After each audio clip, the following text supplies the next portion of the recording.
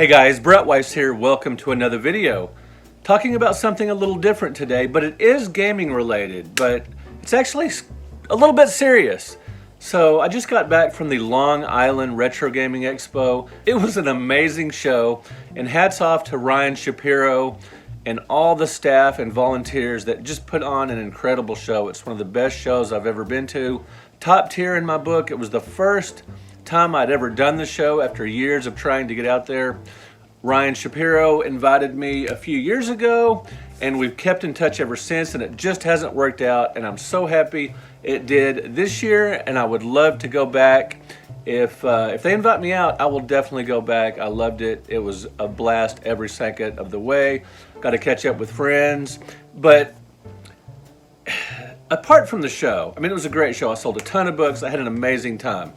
But my thoughts turned serious on the way home. I started thinking about how gaming, retro gaming, and retro gaming shows in particular have pretty much cured me of my two biggest phobias. Let me flash back to the 1990s when I owned a comic book store and then two comic book stores with my brother-in-law. When the news would come out, as they did from time to time, to interview us about our store and about the comic book industry, I would hide. I did not want to be on camera. I did not want to be interviewed. I did not want people staring at me, looking at me. And when I took a communications course in college, the worst thing in the world was when we had to get up in front of the class and do our speeches. Yeah, like a lot of people, I was paralyzed with fear about speaking in public. And it doesn't bother me one bit now. I'm purely comfortable doing that. Now let me tell you how this happened, how this transpired. So over the years, as more and more of my books have been published, and as I've started doing YouTube, and I wrote for more and more different publications, I started getting invited out to do different retro gaming conventions, which is awesome. I absolutely love doing it. I love pop culture conventions in general. I started going to conventions in 1983. That was my first one with the Dallas Fantasy Fair, which was fantasy, comics, and science fiction. My first retro gaming con was the Classic Gaming Expo in 2003. And I've been to a ton ever since. And a few years ago, I started getting invited out to these shows as a guest, and I've absolutely loved it. Well, part of being a guest usually is doing a panel, talking about what you know, your history with the industry, or better yet, something about the industry that you have a particular expertise in. And when I started doing this, I mean, I wanted to be a guest at a show. I love it. It's so much fun, just talking to fans, talking to readers. I love checking out the vendor's room and just, catching up with friends that I don't see that often because they might live in another state. Love it. Love everything about retro conventions, except for two things. But now I have no problem with these two things. So one of the things that I could not stand the thought of was doing a panel, because that means public speaking. That means being up in front of people with everybody staring at you and you talking about some particular topic. And my reasons for this are many. I mean, I grew up with kind of when I was a kid, I was super shy, had kind of a lousy self-esteem. My brother would say mean things and I believed everything he said. I was friendless and I wasn't friendless, had a lot of friends, had a great childhood, but the things my brother would say to me would stick. Like I was friendless, stupid, ugly, lazy, dumb, worthless. He never called me lazy. That was random. But anyway, he would just say all these horrible things. And just in general, I was very shy and just terrified of people looking at me or speaking in public. Like at school, occasionally we would have to do something public. I did not like it one bit. Now, I did play basketball, so there was some spotlight there. But hey, I'm playing basketball. I'm on the court. I'm running. I'm jumping, shooting baskets. Much different than public speaking. Just the thought of that just filled me with dread. And I certainly didn't want to do it in front of a bunch of my peers and gamers at retro gaming cons. But I thought, hey, if I'm going to be a guest at these shows and I'm going to, I've just got to do it. And so the way I started off doing it was I would have someone be a guest on stage with me. I would make sure I was either part of a multi-person panel, which really wasn't that big of a deal because the spotlight could be on the other people, and we're just all talking back and forth, and it's not all on me, so that was okay. But when it came time to start conducting my own panels, I made sure to have someone on stage with me. Now, I still like to do multi-person panels. I still like to do panels with someone with me because it makes for a better panel. Face it, I'm not the greatest public speaker in the world. You know that if you watched my channel for a long time, or if you've seen my panels. I have fun, and I feel like people enjoy the panels, and they tell me they do, but I am not, obviously, no one's gonna be paying me $100,000 to do any speeches anytime soon. But it is fun being on stage with people, but so what I did, leading up to doing and conducting panels of my own, which I've done quite a bit of recently. I've done panels on the great video game crash of 1983, at the Houston Arcade Expo coming up in November. Yes, this is my first announcement. They have invited me out to be a guest at the Houston Arcade Expo in the middle of November. I'm super excited about that. I'm gonna do one on the 40th anniversary of the ColecoVision. But before I gained the ability, really, I was gonna say the bravery, but not bravery, just the ability. I was just stricken with fear to do a panel by myself, or to do a speech or anything by myself. I would have someone come up on the stage with me, and that way it could be more of a conversation, and that would sort of break the ice, that would get things going. And so at a Galveston show, which I was very honored to be a guest at that show, and all these shows, it's a huge honor and it's great fun. My wife got on stage with me, and we sort of did it as an interview back and forth where she would ask me questions, and that felt much more natural to me than just sitting up there and speaking by myself, and it was such a big help, and I really appreciate her doing that. She's a high school teacher, so speaking in public sort of come natural to her because you're speaking in front of students every day. I also began doing panels with some of my friends in the industry, fellow YouTubers and other people. I did a panel with Norm, the gaming historian, at an Oklahoma show, and Patrick Scott Patterson joined us for that. Now, I was just invited to that to be one of the three, so that was cool. And I did some other panels like that where I was just invited to be a part of it. But when I was starting to ask to be doing my own panels, I would invite people up with me. And John Riggs was kind enough to do a panel with me at Game On a few years ago.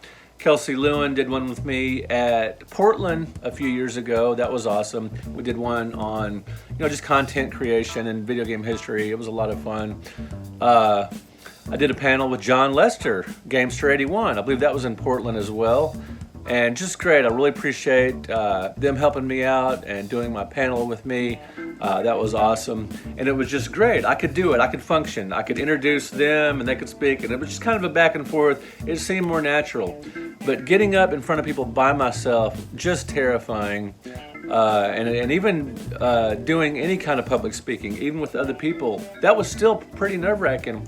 But these days, everybody gets a little nervous when it's time to do something like that. I say if you don't get a little nervous, you don't care. I do care, and I want people to enjoy the panels, and I'll study, and I'll get prepared and everything. So there's a little bit of nerves, but it's not fear or just super scared or anything like that, or anything negative, really. It's just excitement and wanting to do well. And so the last couple of years or so, I've started doing panels more often just by myself and really, really enjoying it. And I've done at several shows this year. I've done one on the Great Video Game Crash by myself. Like I said, I'm doing that I did like at the Long Island Retro Gaming Expo, and there was a room full of people.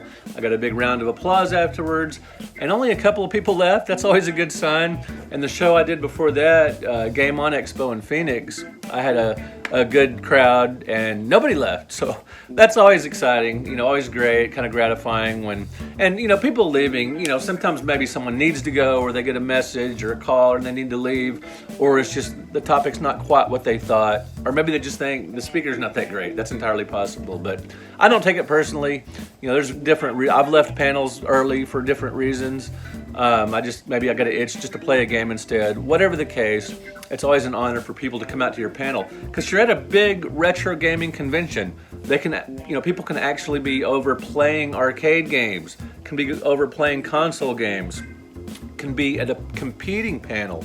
Sometimes, some of these bigger shows, they might have 2 or 3 panels going on at once, and you've got competition. And it's better when the 2 panels going on at the same time are about, very different subjects. You wouldn't want 2 video game history panels at the same time if you can help it. But regardless, it's always flattering when people come out to these panels, and again, it's flattering to be invited to these shows. It's just amazing. I cannot wait. I say I cannot wait to do more. I just did 4 shows in 5 weekends, but it's so much fun.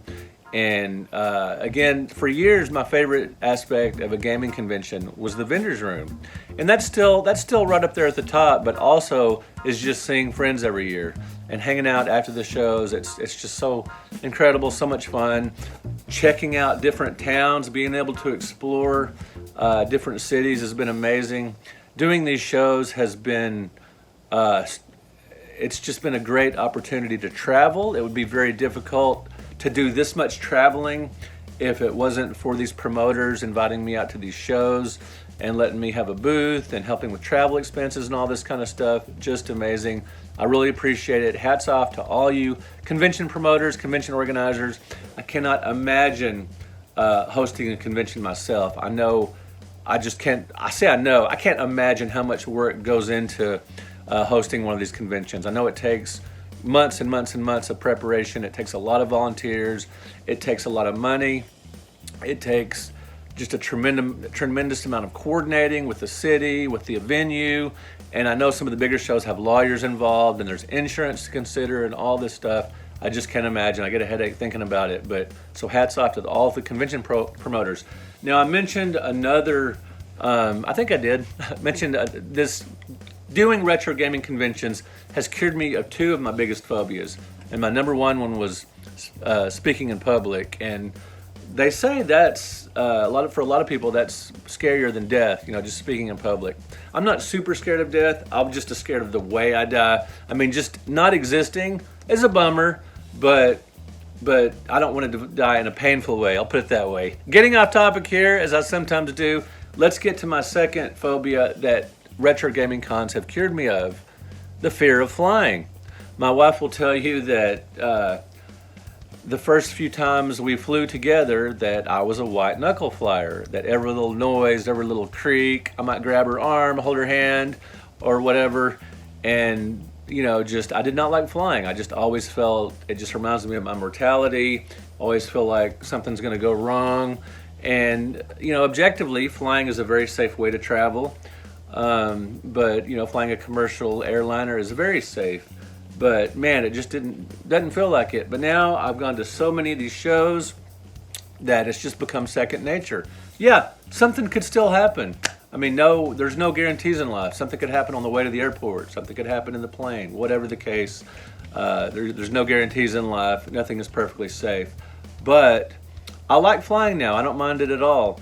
And I've gotten better at the logistics of flying. The boarding pass, where to go, what to do, all that stuff has always been super stressful. But I've gotten less anxiety about that, and certainly a ton less anxiety about flying. Now I'm just super chill about it. I just get on board, I read, I'll watch movies, which I did before, but it was always, a little nerve-wracking. But taking off flying and all that stuff, there is one instance of flying that really was scary.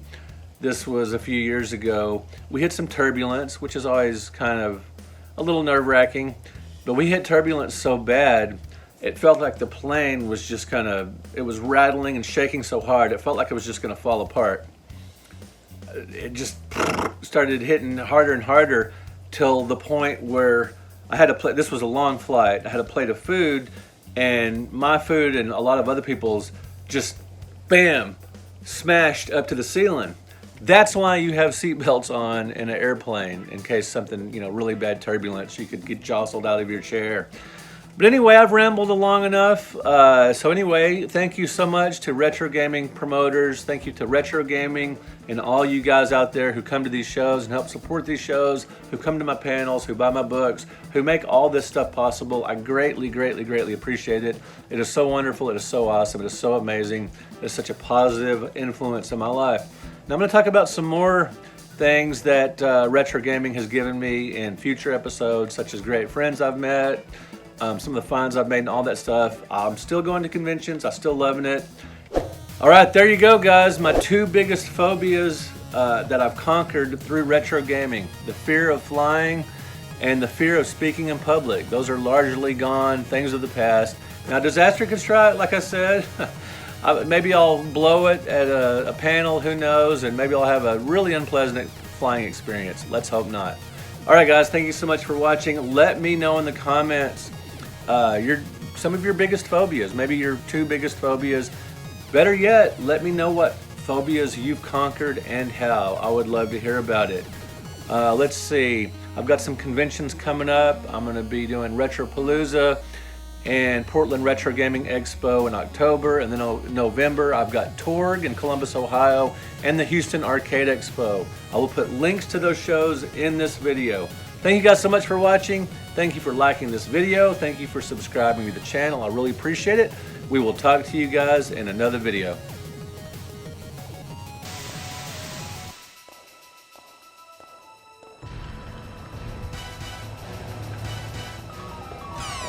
It's me, Mario! Here we go!